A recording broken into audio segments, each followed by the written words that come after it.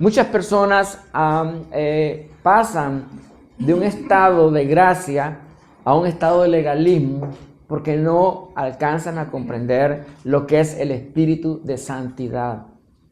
Y nosotros, hermanos, tenemos que estar alertas para poder discernir entre lo que es un espíritu legalista y lo que es realmente un espíritu de gracia, en la cual nosotros vamos creciendo, ¿verdad?, en santidad.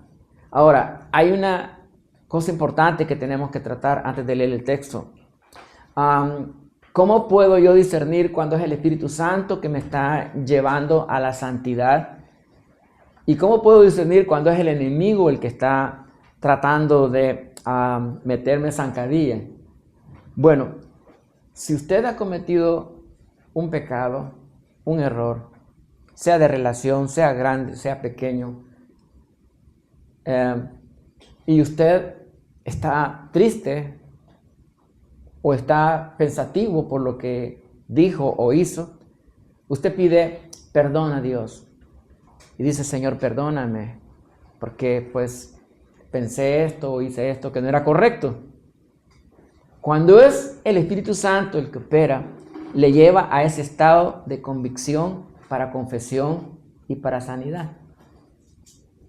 Cuando es el adversario, usted ora, pide al Señor perdón, pero hay una vocecita por ahí que le dice: ay, ¿tú crees que es así nomás? Tú no eres santo, tú no eres bueno. Pero si usted lo confesó, el enemigo va a tratar de hacerlo sentir siempre mal, aunque usted ya haya pedido perdón.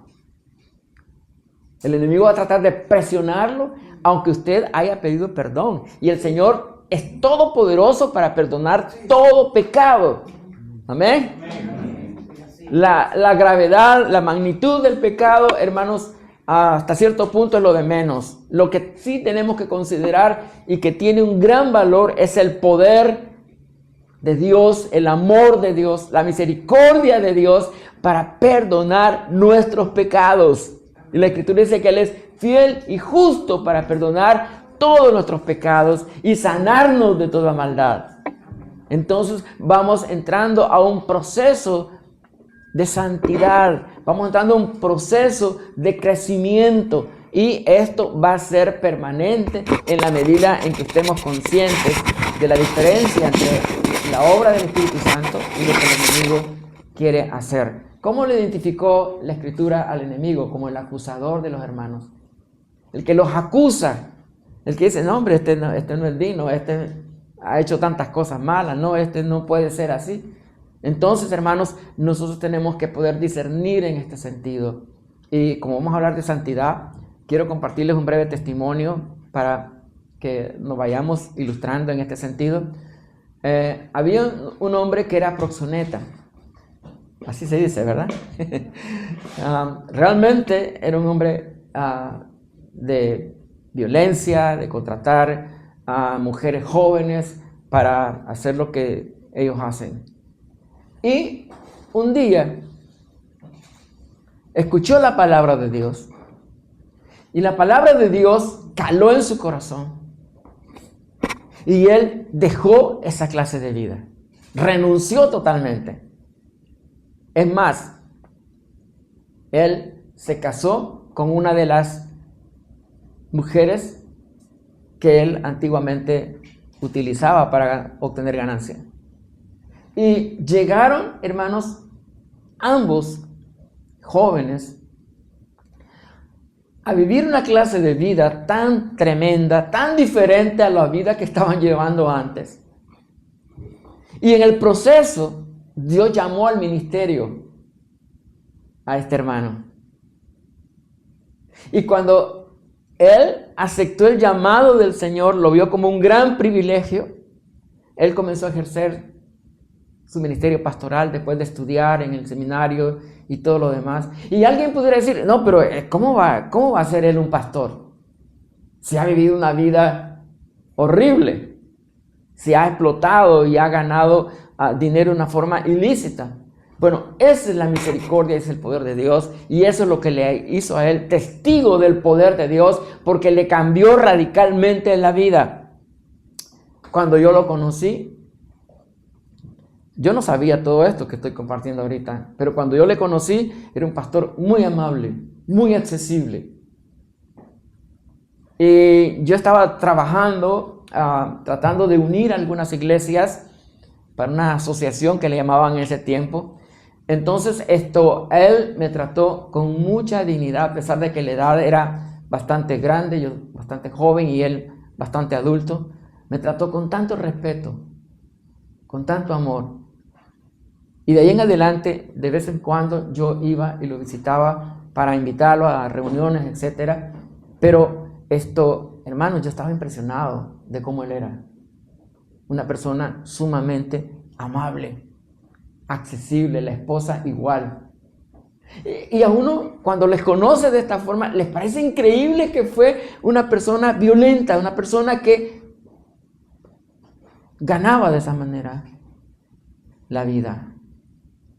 De manera horrible. Ese es el poder de Dios para cambiar. Y ese es el proceso que todos en un momento dado necesitamos aprender de nuestras vidas. Alguien dice, no preguntes por qué los tiempos pasados fueron mejores que los de hoy, porque no estarás preguntando con sabiduría, porque todos los tiempos han sido malos. Todos los tiempos han estado gobernados por principados y potestades de maldad. Y de hecho, ahora que hemos salido de ese mundo de iniquidad, entonces estamos empezando a caminar cada día más y más. Cada día estamos empezando a caminar para que la gracia y el poder de Dios vaya transformando nuestros corazones. Y por eso la Escritura nos llama santos, es decir, separados del mundo.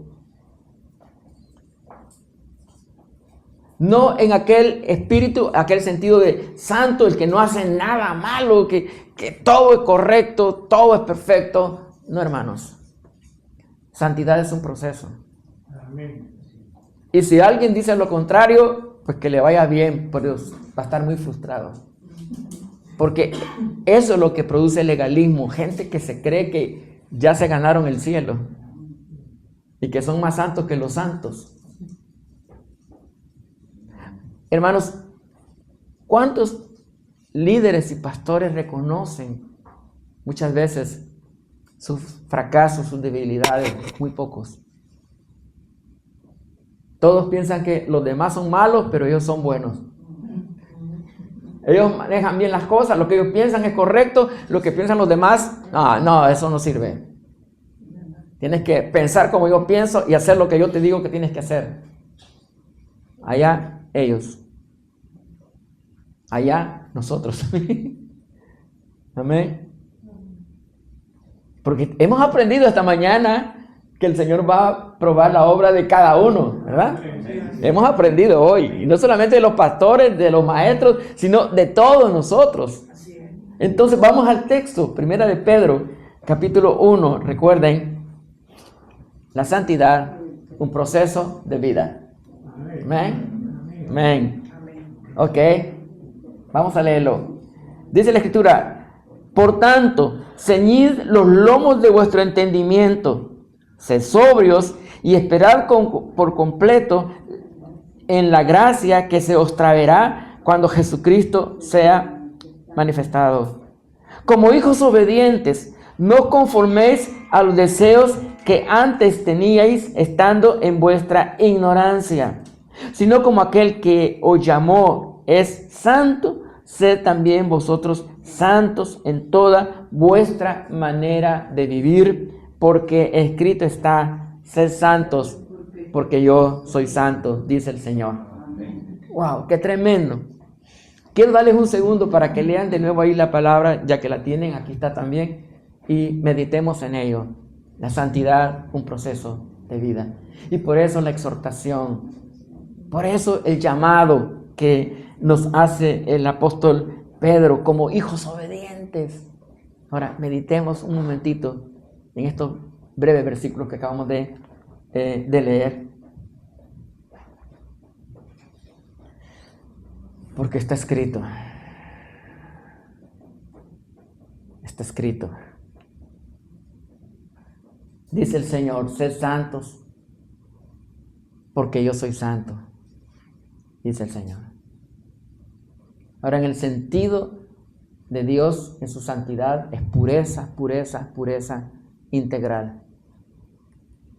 En el sentido del pueblo de Dios, santos en un proceso de ir buscando ya la perfección. De un reino que es diferente al reino de la tierra. De un estilo de vida que es diferente al estilo de vida común. Por eso está diciendo el apóstol allí, antes, dice, estabais en ignorancia. Estoy leyendo el versículo 14, estoy analizándolo. Antes estábamos en ignorancia, pero ahora esa ignorancia quedó atrás, porque vamos progresando, porque vamos conociendo el corazón de Dios, porque vamos asimilando la voluntad de Dios, y hay veces es duro, hay veces hay que pelear a brazo partido con las tentaciones, con las pruebas, con las luchas. Hay veces tenemos hasta que llorar de coraje, porque las batallas vienen, las luchas vienen, los pecados vienen, las tentaciones vienen, y nosotros ahí peleando la buena batalla con la ayuda del Señor, porque solos no podemos.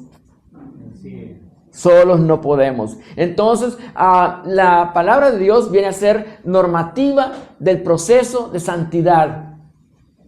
Comienza a normar nuestro diario vivir, nuestra vida. Es normativa y damos gloria al Señor por ello. Amén. Amén. Bien, 3 áreas a superar en este proceso de santificación, en este proceso de santidad de vida. Y por eso les compartí el testimonio de este pastor, ya murió, pasó a la presencia del Señor.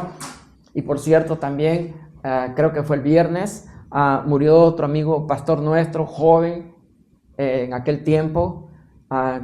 Casi crecimos juntos en la fe, y él comenzó a trabajar mucho en lo que era las tradiciones y las costumbres judías, pero viéndolo bajo el punto de vista bíblico. Era lo que se le llamaba o se le llama hoy pastores mesiánicos. Pues cada uno hace su obra. Pero lo que yo recuerdo de este hermano Carlos en Chorrera, era que era un hombre que amaba a Dios y buscaba la presencia de Dios. Y los que le conocieron tienen muy gratos recuerdos acerca de él. Él murió, como dije, pues el viernes. Pero hermanos, en el proceso de irnos superando, ¿qué va a decir, qué va a pensar la gente cuando ya no estemos o cuando no estamos presentes o hayamos partido a la presencia del Señor? ¿Qué dirán? Que fuimos buenas personas, que fuimos excelentes, o que cometimos algunos errores, pero que teníamos áreas buenas, yo no sé. Pero lo cierto es que en todo entierro, por lo general, por moral, por ética, por principios, siempre se cuenta lo mejor de las personas. Y es bueno que la persona que ha perdido un ser querido también recuerde las buenas experiencias, no las malas experiencias que tuvo con ese ser querido. Porque las malas experiencias duelen y las buenas experiencias edifican. Amén. ¿Cuánto da gloria al Señor? Amén. 3 cosas dijimos, vamos a analizarlas lo más rápido posible porque el tiempo está allí. Ok, en primer lugar voy a dar los 3 puntos y luego lo vamos a ir desarrollando poco a poco. El dominio del pecado en la vida. Tenemos que reconocer que todos hemos pecado, todos venimos de ese trasfondo. Nadie nació en cuna de oro para decir, no, yo no soy así. Cuna de oro dice cuando tiene dinero, ¿no? Como pueblo de Dios, hermanos, todos, general, todos hemos estado bajo el estigma, la esclavitud y el poder del pecado, todos. Segundo lugar, el Señor revela la naturaleza del pecado en nosotros para sanidad, no para acusación, no para destrucción, sino para sanidad. Segundo punto. El tercero, el Señor revela que en Cristo nosotros tenemos autoridad para sujetar todo espíritu de maldad, de iniquidad que trate de gobernar nuestras mentes y nuestros corazones. Él nos da autoridad, nos da poder para vencer y salir adelante. Y por supuesto, esto lo vamos a respaldar con textos bíblicos. Amén. Amén, hermanos. Primero, el dominio del pecado en la vida. ¿Qué dice Romanos 6:23? Romanos 6:23 dice lo siguiente, que la paga del pecado dice que es muerte. Entonces, hermanos, el dominio del pecado en nuestras vidas ha producido la muerte. Ahora, la muerte en dos sentidos fundamentales. Muerte, separación de Dios. Y la muerte física es el resultado del pecado. ¿Ustedes sabían esto? Dios no diseñó al hombre para que muriera. Dios no creó al hombre para que muriera. Cuando está hablando, hermanos, en este sentido, porque la paga del pecado es muerte, cualquiera que lo lea así nomás, textualmente, va a decir, pero si todos morimos. Pero no solamente se está refiriendo a la muerte física, sí, todos morimos porque, hermanos, venimos de una herencia de maldición. Sin embargo, no se está refiriendo básicamente solo a la muerte física, sino a la muerte espiritual. Por eso usted puede comprender cuando el Señor Jesucristo le dijo a un hombre, sígueme. Y él dijo, sí, Señor, yo te voy a seguir. Pero deja primero que yo entierre a mi padre. Teológicamente no era que el padre había muerto, sino cuando mi padre muera, yo te voy a seguir. ¿Y qué le dijo el Señor? Deja que los muertos entierren a sus muertos. Tú no puedes comprender estas cosas si no analizas lo que el Señor a través de su Espíritu quiere hablar a tu corazón. Entonces cuando tú lo analizas, cuando tú lo asimilas, te das cuenta que para Dios solamente hay dos clases de personas. No solamente criaturas e hijos. Eso es lo importante. Sino que también hay, hermanos, gente para juicio y gente que ha sido perdonada de ese juicio. Y por eso el texto termina diciendo, porque la paga del pecado es muerte, pero luego ¿qué? La dádiva. ¿Qué es dádiva? Un regalo. Pero la dádiva de Dios, que es vida eterna en Cristo Jesús, Señor nuestro. Que así como la paga del pecado es muerte, también el regalo de Dios, la dádiva de Dios es vida eterna. Entonces ustedes y yo tenemos que escoger qué es lo que queremos para nuestras vidas. Las personas que nos escuchan o nos van a escuchar posteriormente tienen que escoger entre la vida y la muerte. Y saber que si no tenemos a Cristo en nuestro corazón, para Dios estamos muertos. Somos criaturas, fuimos creados por Él, pero no nada que ver con Él. Más cuando aceptamos a Jesucristo como Salvador personal, entonces hay un proceso, una transformación de pasar de criatura a hijo. Y luego que somos hijos, entonces ya podemos contar con el amor del Padre, la presencia del Padre, el gozo del Padre. Ahora, el poder del pecado sobre nuestras vidas está en el hecho de que fuimos creados para la gloria de Dios. ¿Cuántos sabían esto? Ustedes y yo fuimos creados para la gloria de Dios. Fuimos la corona de la creación. No somos animales racionales, así dice el mundo. Que nosotros somos animales racionales. Hermanos, Dios primero creó todo lo que creó en 5 días, aún los animales. Y el 6º día, ¿qué hizo el Señor? Creó al hombre. ¿Y cómo lo puso? Como corona de la creación. Lo puso a gobernar, le dio autoridad para gobernar. Estando en esa condición, el hombre, en vez de ver el privilegio que Dios le había dado de crearlo para su gloria, ¿qué hizo el hombre? Despreció. No valoró no estimó el hecho de que tenía comunión con Dios, con su Creador, que era la corona de la creación, que era creado para gobernar y vivir en victoria. Él subestimó todo eso por una mentira que hasta cierto punto era una mentira parcial. Porque Satanás le dijo a Eva, no moriréis, sino que sabe Dios que el día en que comas del árbol, estarás ya en capacidad de discernir el bien y el mal. Y la mujer y el hombre amaron esa mentira de llegar a ser iguales a Dios.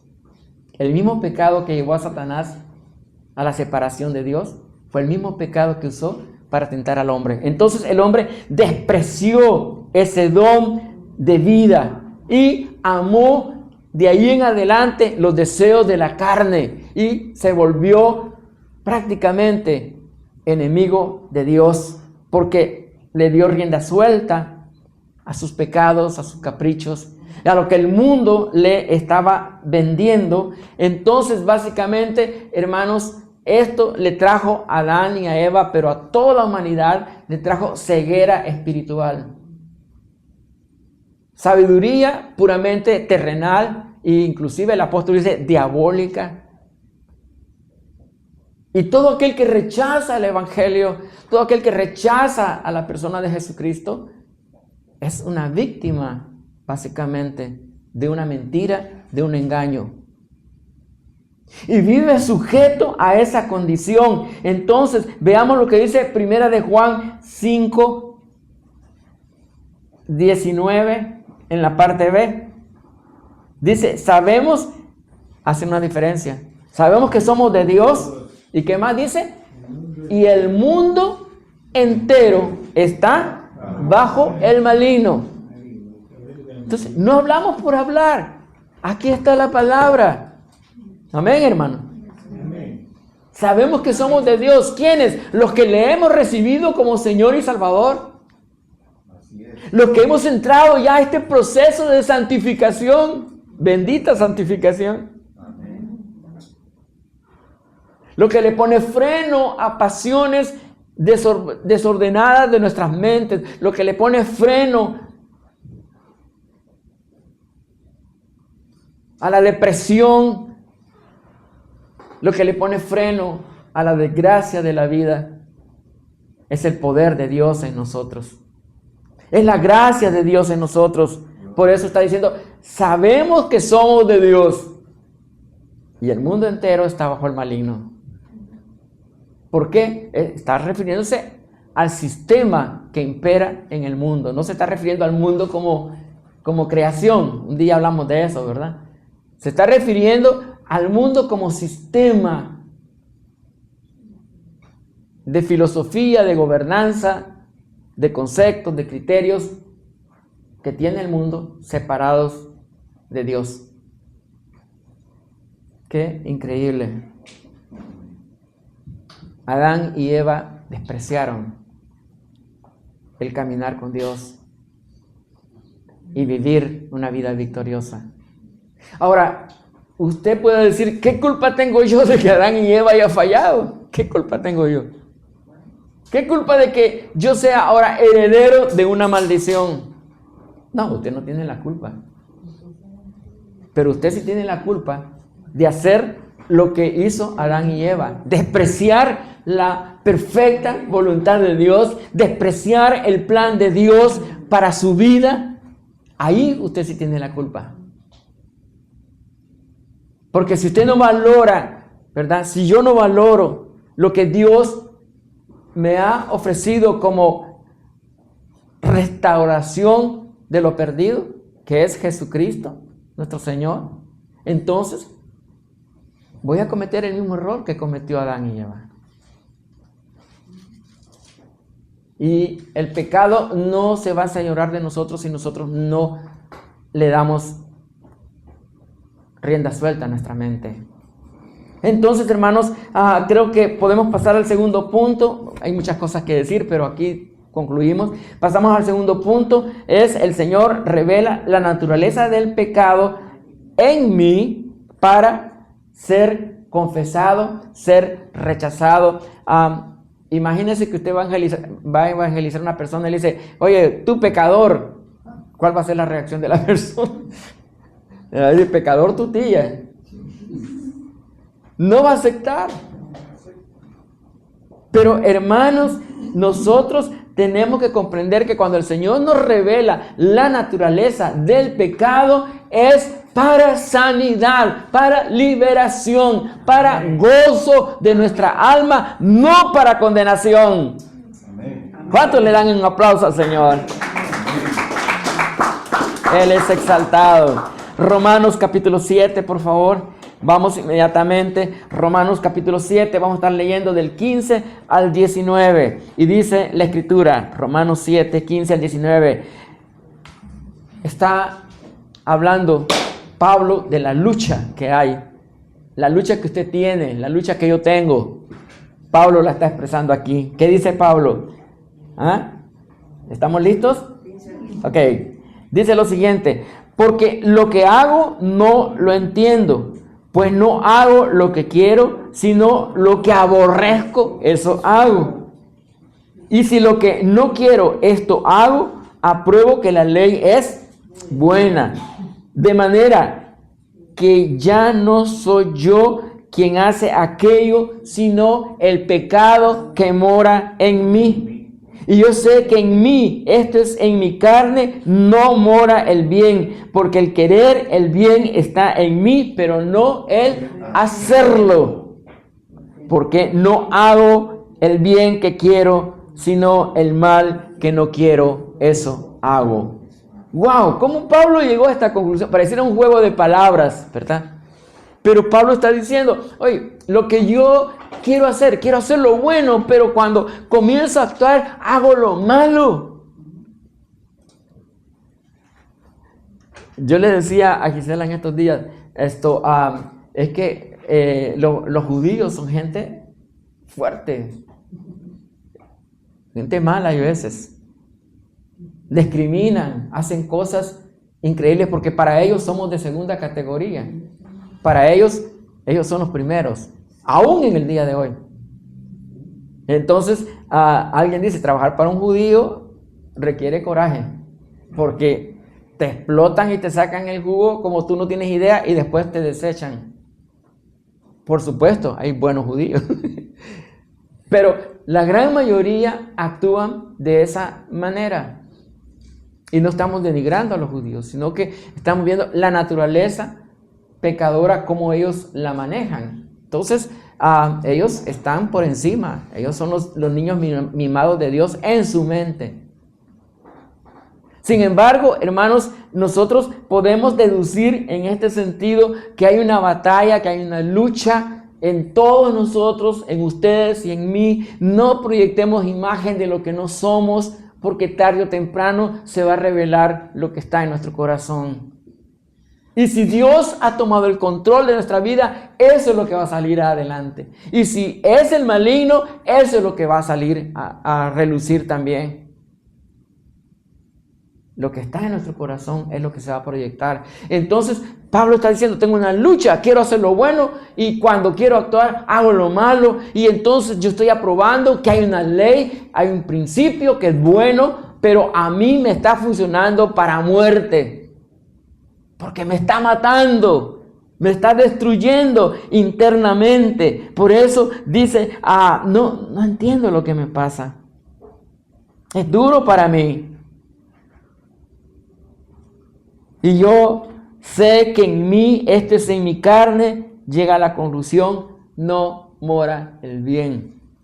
Porque el querer hacer el bien está en mí, pero no el hacerlo. Y luego añade más adelante, y si hago lo que no quiero, ya no lo hago yo, sino el pecado que mora en mí. Entonces, en un sentido claro, todos somos pecadores. Pero cuando pasamos por el proceso de Dios, llegamos a ser entonces redimidos del pecado. Porque fuimos comprados por precio. ¿Cuántos dan gloria al Señor por lo que Jesucristo nuestro Señor hizo en la cruz? Gracias, Señor. Entonces lo que Adán despreció lo estamos recuperando, estamos rehaciendo el plan de Dios en nuestras vidas por voluntad personal. Porque el hecho de que uno de ustedes o yo como padre sea cristiano, ¿verdad? Sigo a Jesucristo, creo en Él, peleo la buena batalla en su nombre, no significa que mis hijos también.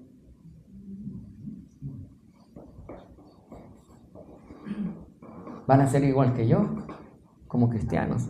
Ellos, cada uno de ellos, tiene que tomar una decisión.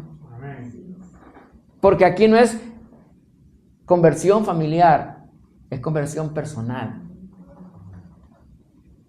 Por eso, hermanos, es necesario que nosotros lo veamos bajo el punto de vista de Dios, de que cada uno de nosotros tiene su propia lucha, tiene su propia batalla. Cuando estábamos en el mundo quizás eran otras cosas, pero ahora en Cristo tenemos esa batalla, como que algo nos quiere jalar a la vieja vida y nosotros resistiendo.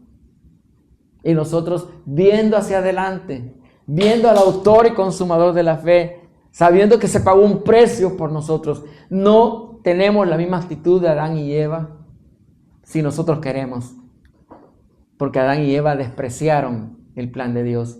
Nosotros queremos valorar y hacer muy nuestro el plan de Dios para nuestras vidas y para la humanidad. Amén, hermanos. Amén. Gloria al Señor. Entonces, el Señor revela esa naturaleza en nosotros para bendición, no para maldición, porque Pablo no pensaba así antes. Cuando era Saulo, él no pensaba antes así. Él se sentía el hijo mimado de Dios, el que podía inclusive golpear y maltratar, y por qué no quitar la vida a otro que no creyera como él en cuanto a la religión. Pablo era así. Él no tenía ningún cargo de conciencia. En este sentido, él se justificaba y decía: yo estoy defendiendo mi religión, estoy defendiendo mi nación contra esta secta que se está levantando, hablando del cristianismo. Pero luego Pablo es confrontado por el Espíritu de Dios y se da cuenta que hay una lucha grande en su mente y en su corazón. Y por eso, hermanos, miren el canto de victoria 8.1, no lo teníamos en la nota, pero aquí lo tengo. 8.1 de Romanos, dice: ahora pues, ninguna condenación hay, aleluya, para los que están en Cristo Jesús, los que no andan conforme a la carne, sino conforme al Espíritu. No hay ninguna condenación. Somos libres. Amén. Jesucristo nos ha hecho libres. Amén. Y ahora somos partícipes de una nueva, gloriosa naturaleza hecha por Dios en nosotros, recuperada, restaurada. Gloria a Dios. Entonces vamos a pasar al tercer punto. Por revelación en Cristo, entonces yo tengo autoridad. Es la única forma en que yo puedo vencer. El Señor revela el pecado en mí, pero no para estarme acusando, diciendo: mira lo que eres, mira, no te levantas, mira cómo eres, vas a ir de mal en peor. No ponen la palabra para eso. El Señor nos habla también y nos dice: tú tienes autoridad para vencer, para eliminar esa presión sobre tu vida. Efesios, vamos a ir rapidito a Efesios. Y vamos a estar leyendo el capítulo 5, los versículos del 8 al 11. Efesios capítulo 5, versículos 8 al 11. ¿Lo tienen, hermanos? ¿Estamos listos? Ok, ¿qué dice la Escritura? Porque en otro tiempo erais tinieblas, mas ahora sois luz en el Señor. Andad como hijos de luz, porque el fruto del Espíritu es toda bondad, justicia y verdad. Wow. Comprobando lo que es, escucha esto, amado, comprobando lo que es agradable. ¿A quién? Al Señor. No dice a los hermanos, no dice a los pastores. Comprobando lo que es agradable, ¿a quién? Al Señor. Y no participéis, versículo 11, y no participéis en las obras infructuosas de las tinieblas, sino más bien, ¿qué? Reprenderlas. Es decir, si yo no tengo autoridad, yo no puedo reprender algo que está mal. Pero como tengo autoridad, tengo la presencia del Señor, yo puedo reprender las obras del enemigo cuando quieren operar en mi mente, porque estamos hablando de la santidad como un proceso. Pero también puedo reprender las obras del maligno cuando dentro del círculo familiar o dentro del círculo social donde me desenvuelvo, hay una tendencia al pecado. Yo puedo reprender ese espíritu, porque son espíritus que se mueven y tratan de esclavizar y de dañar la mente y el corazón del prójimo. Así que, hermanos, estamos en victoria. Amén, amén. Porque tenemos autoridad. Dice la Escritura, reprended al diablo y él huirá de vosotros. Amén. Aleluya. Antes éramos tinieblas, ahora no, ahora somos luz, ahora estamos en victoria. Antes estábamos bajo condenación, hoy estamos bajo la gracia divina. Amén. Gloria a Dios. Terminamos en Gálatas 5 y tiene que ver con la santidad como meta. Gálatas capítulo 5, solo son unos 2 versículos creo que vamos a leer. Gálatas capítulo 5 dijimos, vamos a leer 16 al 18. Dice la Escritura, digo pues, andad en el Espíritu y no satisfagáis los deseos de la carne, porque el deseo de la carne es contra el Espíritu y el del Espíritu es contra la carne, y estos se oponen entre sí para que no hagáis lo que quisiereis. Pero si sois guiados, aleluya, pero si sois guiados por el Espíritu, es decir, por el Espíritu Santo, no estáis bajo la ley. Ya eso terminó. El poder, la hegemonía del pecado sobre ti ya no tiene la fuerza que tenía antes, cuando te dominaba, cuando te hacía hacer cosas que a lo mejor eran destructivas para tu vida. Ahora no, ahora estás en una nueva condición, porque el Espíritu te va a llevar a la restauración, a la sanidad, a la liberación, a la paz, a la victoria. Y cuando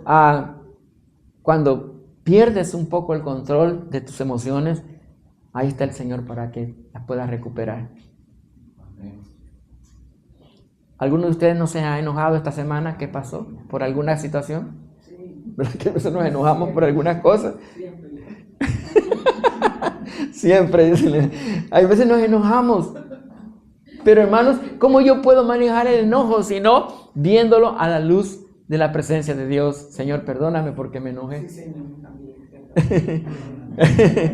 entonces ahí está el encuentro con Dios en la oración, el poder para saber que yo me puedo acercar a Él y pedir perdón y restaurar mi vida. Dentro de poquito vamos a tomar la cena y yo se lo he dicho 1,000,000 de veces, no porque ustedes no me comprendan, sino porque yo quiero dejarles claro esto. Muchas personas dicen, yo no voy a tomar la cena porque yo me peleé con mi hermano, con mi hermana, con mi papá, con mi mamá, me peleé con el bucero que no se apuraba, me peleé con la persona que le iba a comprar algo y me trató mal y me puse bravo, y me puse disgustado, que no sé qué. Yo no voy a tomar la cena del Señor. Hermano, ¿quién es digno de tomar la cena del Señor?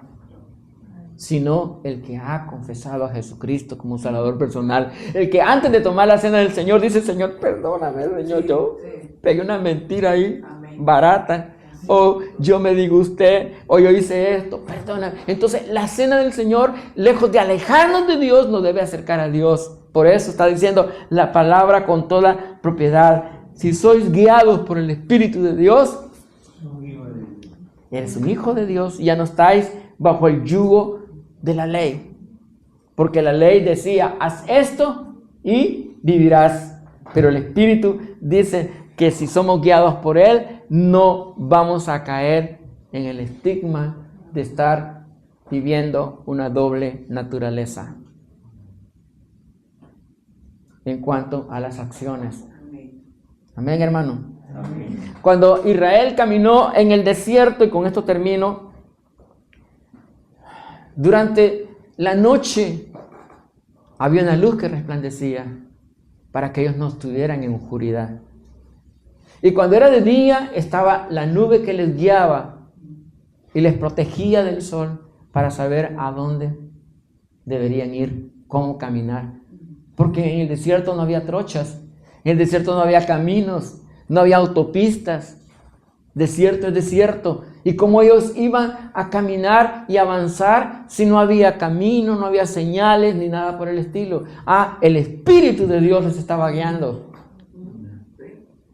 Lo que llamamos la Shekinah, es decir, la presencia de Dios en medio del campamento, en medio de ellos, protegiéndolos de noche y guiándoles de día. Es más, cuando Israel recién salió de Egipto, el faraón cambió de opinión, los dejó ir, pérdida, vamos a perseguirlos. Dice la Escritura, si usted lo lee en Éxodo, dice la Escritura que la Shekinah, la presencia de Dios, estaba entre los egipcios y el pueblo de Dios. Y el Señor impedía que los egipcios los alcanzaran, porque recuerden que iban con niños y animales y todo eso. Y por delante estaba el camino abierto para que ellos siguieran avanzando, para que no se detuvieran. Pero el Señor le dijo eso a Moisés: mi presencia irá con ustedes. Entonces, hermanos, ¿acaso aquellos eran más privilegiados que nosotros? El Señor dice: mi presencia irá con ustedes. Y cuando ustedes cometan un error, una falta, ahí está mi perdón. Eso fue lo que pasó con Israel. Blasfemaron, se renegaron, hicieron cosas incorrectas y siempre el Señor les perdonó y les restauró, porque los principios de Dios, cuando son abrazados, se cumplen a plenitud. Porque los principios de Dios se cumplen a pesar de la terquedad mía. Los propósitos de Dios se cumplen. Bendito sea el Señor que nos da la vida. Hermanos, la Shekinah está sobre nosotros. La presencia de Dios está sobre nosotros, porque Él nos guía a través de su palabra. Su palabra se vuelve rema, porque el Espíritu de Dios está en nuestras vidas. Vamos a orar.